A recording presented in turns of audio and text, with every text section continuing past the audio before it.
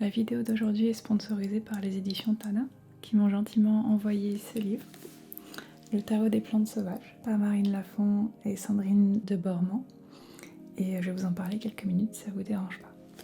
Donc ce livre en fait tisse le lien entre 22 plantes sauvages assez communes et les 22 arcanes majeures du tarot de Marseille. Moi qui m'intéresse à l'herboristerie au sens large, j'étais très intéressée d'approfondir mes connaissances dans ces 22 plantes, certaines que je connaissais même pas avant de lire le livre, et aussi de découvrir le tarot de Marseille, qui m'a toujours intriguée, mais jusqu'ici j'avais pas tellement de connaissances concrètes, à part quelques arcanes que je connaissais, alors que là ça m'a vraiment permis de découvrir toutes les arcanes majeures une à une et de prendre mon temps, tout en faisant ce parallèle avec des plantes que je connaissais de près, voire de loin, et je trouvais ça très intéressant comme parallèle.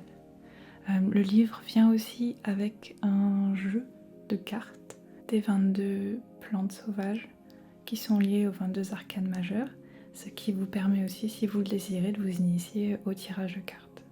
Voilà, je trouve que c'est un très bon livre outil pour commencer le tirage de cartes, et je trouve aussi que c'est un très bon livre d'initiation, qu'on s'intéresse pour la première fois aux bienfaits des plantes, ou alors qu'on s'intéresse au tarot de Marseille et à découvrir les arcanes majeures.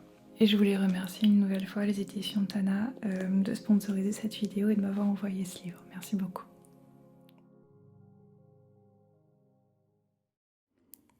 Bonsoir tout le monde, j'espère que vous allez bien. Et bienvenue dans cette nouvelle vidéo avec ces nouveaux micros. Oui. C'est la petite surprise que j'avais pas prévue pour ce mois-ci, c'est acheter des nouveaux micros. Parce que si vous m'avez suivi en fait dans les dernières vidéos, que ce soit ici ou sur d'autres plateformes, je vous ai parlé en fait des problèmes que j'ai eus après mon récent emménagement avec mes anciens micros. Le truc c'est que mes anciens micros que j'adore, qui sont vraiment géniaux, captaient plein d'interférences en fait qui m'empêchaient de les utiliser pour refaire de nouvelles vidéos. Et j'ai passé des semaines à essayer de diagnostiquer tout ça, d'essayer de trouver une solution, et ça a été assez long, assez frustrant.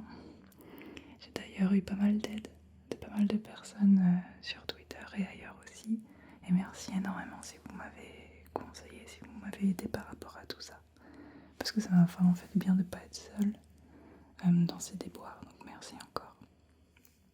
Et au final, ce que j'ai fait, c'est que j'ai commandé des nouveaux micros en me disant c'est quand même un des tests à faire, voir si au final j'ai le problème avec d'autres micros, ou si vraiment c'est juste mes anciens micros qui sont soit trop sensibles, soit défectueux. Donc pour ce faire, j'ai commandé ces deux micros là. Et vraiment, je dois vous dire que quand je les ai commandés, quand je les ai reçus, je pensais vraiment que j'allais devoir les renvoyer, que ça allait pas fonctionner, parce que je me disais que les interférences allaient forcément être chopées. Et que voilà, c'était un peu perdu d'avance, mais je me devais d'essayer. Et je vous raconte pas le soulagement et la joie quand je les ai reçus et que je les ai essayés, que j'ai vu qu'en fait ils n'avaient pas de problème. Le rêve. Vraiment, je n'osais même pas espérer en fait. Et c'était un soulagement monstre. Donc je suis trop contente. Donc voilà, à partir de maintenant, je peux mal utiliser ces deux nouveaux micros qui me permettent vraiment d'avoir ce côté gauche-droite que j'aime tellement. Et voilà, ils sont assez différents, c'est une technologie différente. C'est plus des micros faits de base pour la voix. Là, c'est vraiment la première vidéo longue que je fais avec eux. Et je vous avoue que j'essaie de voir un peu comment je peux gérer en termes de bruit de bouche. Si je suis un peu loin ou pas. Parce que je mets devant aussi, là, ils ont une petite grille anti-pop. Mais je me dis que je vais aussi essayer plus tard dans la vidéo avec les petites bonnettes en mousse, voir un peu ce que ça change. Donc voilà, c'est une première vidéo test. Je les connais encore très peu, je les ai juste essayées pour de très courtes vidéos. C'est la première vraiment vidéo longue que je vais faire avec. Donc j'espère que ça va bien se passer. Voilà, ça va être assez expérimental, mais c'est le but aussi. C'est essayer de voir un petit peu comment ils sonnent, à quel point ils sont différents de mes anciens micros, et puis voilà, j'espère que ça vous plaira. Et voilà, j'ai hâte de mieux les apprivoiser aussi parce que vu qu'ils sont tout neufs, oui, j'ai pas encore mes habitudes, mes repères, et c'est vraiment l'occasion de faire un peu connaissance. Donc voilà, par quoi je vais commencer? J'ai sorti plein d'objets évidemment. Vous savez quoi? On va commencer par la voix en fait. Je me dis qu'on pourrait faire quelques petits trigger words et juste globalement essayer de bouger un peu partout à côté des micros et puis voir un petit peu comment ils sonnent si je suis très très proche comme ça. Et je suis un peu sur le côté du micro, voilà, là je suis pareil à côté du micro et c'est juste pour voir un peu comment ils travaillent en fait le positionnement dans l'espace de la voix. Et voilà, j'espère que c'est pas mal. Je m'indique en tout cas en whisper très très proche, ils m'ont l'air pas trop mal. Comme je vous disais, je pense qu'il y a quand même pas mal de bruit de bouche, donc ça peut en effrayer plus d'un. Mais je pense que ça passe encore. Voilà. Après bon, chacun ses goûts. Il y en a qui vont me dire que ça va pas du tout, mais moi j'aime bien ce que j'entends, donc c'est ok. Voilà pour la voix. Je me dis que pour éviter les bruits de bouche les prochaines fois, tout simplement, je pourrais les mettre plus loin en fait de moi. Je pourrais me mettre par exemple plutôt ici à 10-15 cm. Je pense que ce sera déjà bien mieux pour les bruits de bouche. Mais voilà, il y a moins l'effet je parle dans ton oreille aussi. Donc ça c'est aussi un paramètre à voir. Est-ce que vraiment on va être tout proche comme ça? Et avoir plus de bruit de bouche et plus de basse aussi? Ou est-ce qu'on se dit qu'on accepte d'être davantage éloigné, d'avoir une voix plus normale on va dire, avec moins de détails comme ça? Et plus de clarté aussi. Donc voilà, c'est vraiment, ça dépendra des vidéos tout simplement. Je pense que pour de toute façon les vidéos un peu plus travaillées avec une histoire et un setup, les micros seront loin de moi. Et donc il y aura une voix un peu plus normale on va dire. Là où vraiment on cherche ici à avoir un rendu tout à fait différent. Donc voilà, c'est sympa d'avoir ces options et ce range aussi. Voilà, maintenant j'ai envie de partir sur un trigger word, vraiment pour faire ce travail de la voix et ces tests vocaux en fait. Et j'avoue qu'à chaque fois que je réfléchis à un trigger word, j'arrive très rapidement sur Coquelicot. Parce que je sais pas, ça sonne juste trop bien. Coquelicot, coquelicot, coquelicot, coquelicot, coquelicot, coquelicot, coquelicot, coquelicot, coquelicot. En tout cas, moi ça m'intéresse vraiment de savoir un peu vos préférences en termes de micro vis-à-vis des autres que j'ai pu utiliser. Juste savoir un peu ce que vous en pensez, vos préférences à vous, parce que je pense qu'on a forcément des préférences très personnelles. Et voilà, je me demandais juste globalement ce que vous en pensiez, donc n'hésitez pas à me dire. Ok, maintenant j'ai envie de faire un petit test avec un livre que j'ai retrouvé récemment.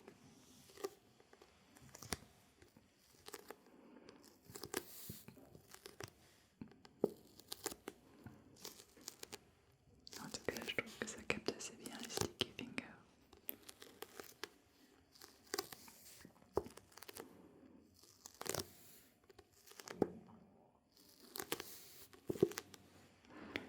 Ce livre, c'est Les Eaux de Hurlevent. Et voilà, c'est un classique. D'autant plus que j'avoue que quand j'ai retrouvé ce livre, j'ai un peu eu envie de le choisir pour plusieurs raisons. Entre autres, Stranger Things saison 4. Et vous allez comprendre très rapidement. Mais dans la saison 4 de Stranger Things, bon déjà je vais pas vous spoiler, pas de soucis. Mais il y a pas mal de Kate Bush, qui est une musicienne que j'aime énormément. Et un de ses tubes, c'est Wuthering Heights, qui est le nom en fait des Hauts de Hurlevent. Et cette chanson a été inspirée par ce livre. Et voilà, ça pour le coup c'est une très belle édition que j'ai depuis quelques années, que je trouve absolument magnifique en tout point, elle est trop belle. La police, les couleurs, absolument tout. Le seul souci c'est qu'elle est un peu vieille et que les pages ont tendance à partir. La toute première on peut les retirer à la main si on a envie. Voilà. Mais voilà, je me suis dit que c'était intéressant parce que j'aime beaucoup ce livre.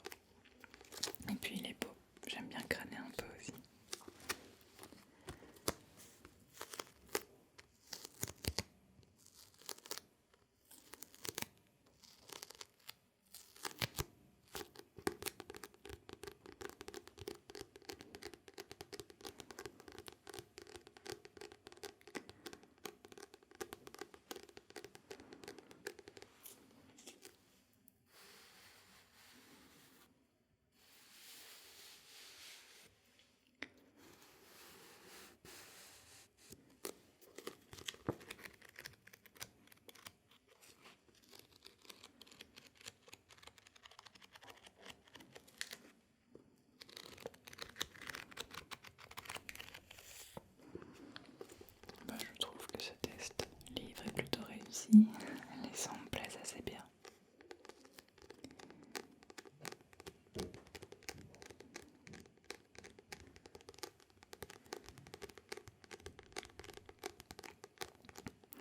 Je m'excuse s'il y a un petit peu de bruit en fond.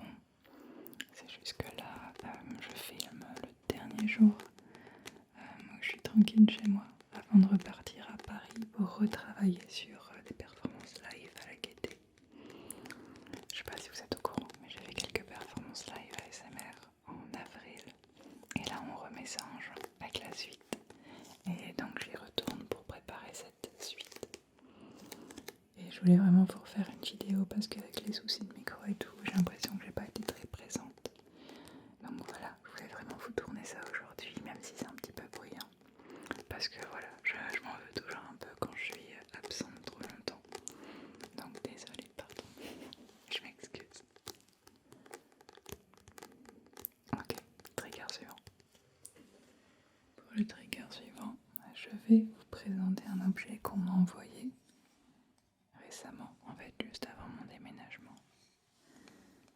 Et je le trouve absolument magnifique cet objet, donc voilà, j'ai hâte de vous le montrer. Voilà, c'est en fait une baguette magique. Ouais. Et attention, une baguette magique faite sur mesure par un créateur ASMR. Ouais. Donc cette personne s'appelle Skaen ASMR et elle vient du Pays de Galles. Oui. Et donc Skaen m'a fait cette magnifique baguette en bois, donc main, vraiment fait à la main. C'est fait en bois, évidemment, magnifique, avec une petite pierre de sélénite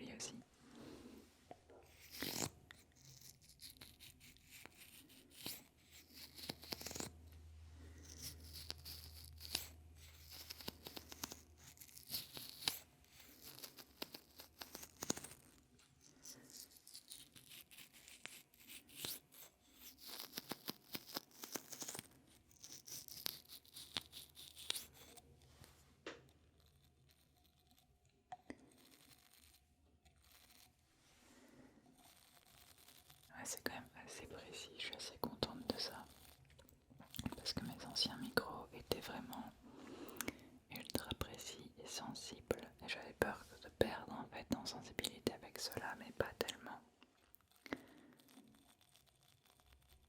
Je trouve qu'il capte quand même très très bien les tout petits bruits. Donc ça me rassure énormément.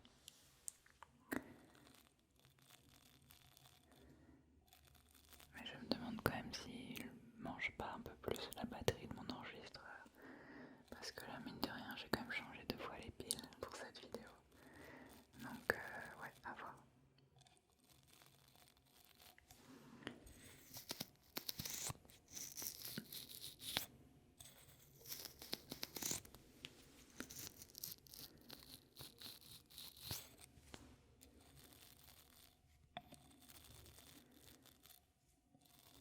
C'est pas mal, je suis assez contente.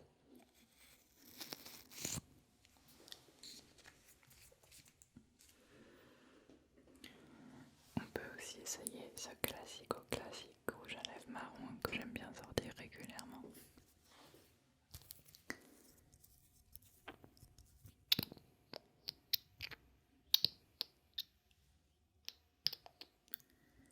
Qui fait un bruit aussi assez fort en fait quand je l'ouvre.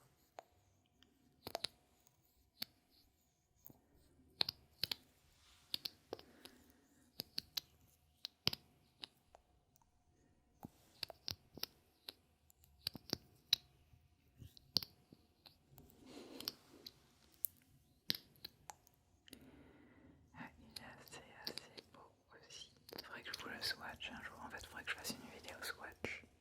C'était le fait de mettre différentes couleurs sur la peau pour montrer un peu les teintes. Je me dis que c'est pas sympa de faire ça un jour. Ouais, il faudrait que je fasse. J'ai aussi, bon là c'est un objet un peu plus volumineux, hein, mais il y avait un truc que je voulais vous montrer et dont je voulais vous parler aussi. Voilà, donc ça c'est une grande bouteille. C'est une bouteille vide de Saint-Germain. Saint-Germain, du Saint-Germain, en fait c'est une liqueur de fleurs de sureau. Ouais, c'est très spécifique, c'est assez rare. Et j'ai toujours, enfin, je suis pas fan du Saint-Germain. Parce que, en fait, au fond, je trouve que ça a un goût de litchi. Ce qui n'est pas tellement le but recherché. Donc, je pense que c'est pas trop pour moi. Mais par contre, la bouteille, mon Dieu, elle est incroyable. En fait, je trouve ça dingue. La recherche qu'ils ont faite sur spécifiquement le packaging. Là, en fait, j'ai retiré toutes les étiquettes. Même les étiquettes, elles sont magnifiques parce que donc tu as le texte de l'extérieur dans un style un peu rétro, art nouveau magnifique. Et de l'autre côté du sticker, donc la face intérieure qu'on voit en transparence, il y a quand même un beau design vert et doré qui est assez visible. Donc c'est vraiment tout dans les détails, c'est trop beau. Et là en fait ce qui reste juste, donc c'est la forme de la bouteille qui est assez unique.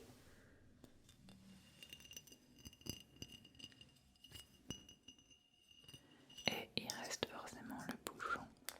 Et voilà, ça montre un peu le design qu'il y avait à la base sur toute la bouteille. Donc voilà, Saint-Germain, délice de sureau. Je trouve ça vraiment trop beau. Et en fait, je l'ai nettoyé, je l'ai gardé parce que je pensais l'utiliser bientôt dans une vidéo. Voilà, donc c'est une vidéo assez spéciale qui est en préparation. Et je me dis qu'il faut que j'arrête de vous parler des vidéos spéciales en préparation parce que je finis par pas les faire. Parce que c'est des vidéos qui demandent beaucoup de travail et de préparation. Et ces derniers mois, j'ai pas trop eu le temps avec la gaieté, le déménagement et tout le reste. Mais voilà, j'ai des belles idées, j'ai des beaux projets. Il faut juste que je trouve le temps et l'énergie de les réaliser. Mais bref, j'ai encore une bonne idée. Voilà,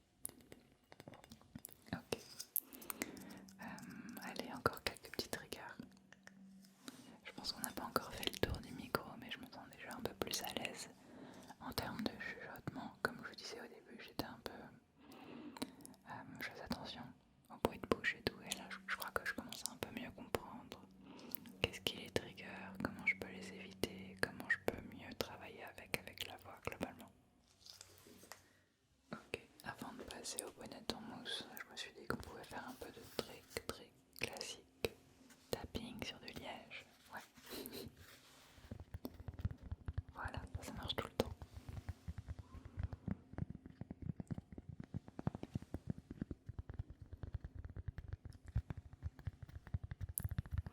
Et ce petit bout de liège, je l'ai acheté très récemment parce que j'en avais des plus gros, des plus ronds, mais voilà, qui avaient un peu vécu, qui avaient des taches de brûlé dessus. Et je me suis dit que les plus petits comme ça pourrait être pas mal pour la SMR. Donc voilà, j'ai craqué. Et pourtant j'ai beaucoup de mal à acheter des objets purement pour mes vidéos ASMR. C'est pas que je suis zéro déchet, mais je fais vraiment très attention à ma consommation et aux conséquences écologiques de tout ça. Et donc en conséquence j'achète peu neuf, beaucoup d'occasions. Et même je fais attention et j'essaie de pas avoir trop de choses non plus. Donc acheter quelque chose de neuf pour une vidéo, c'est un truc que je fais assez rarement.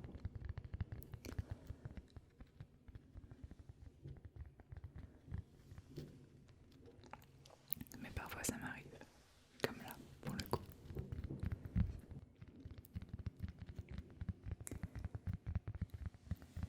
Donc le liège c'est bon, le test passe sans problème. On va pouvoir passer aux bonnettes et puis après je pense qu'on aura fait le tour.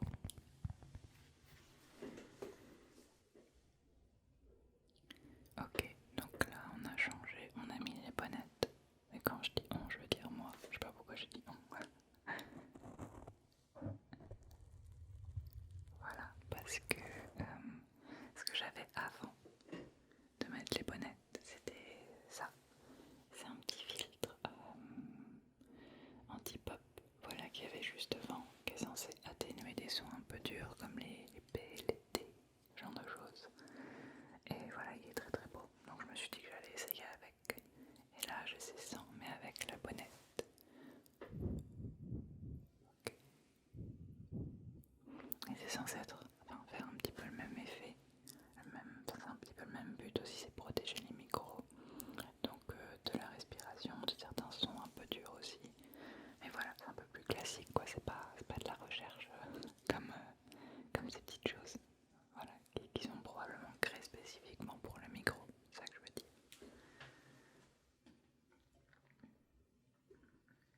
Voilà, et voilà, j'ai aussi des petites brosses. En fait, j'ai essayé déjà de brosser le micro sans rien, et je trouvais que le son était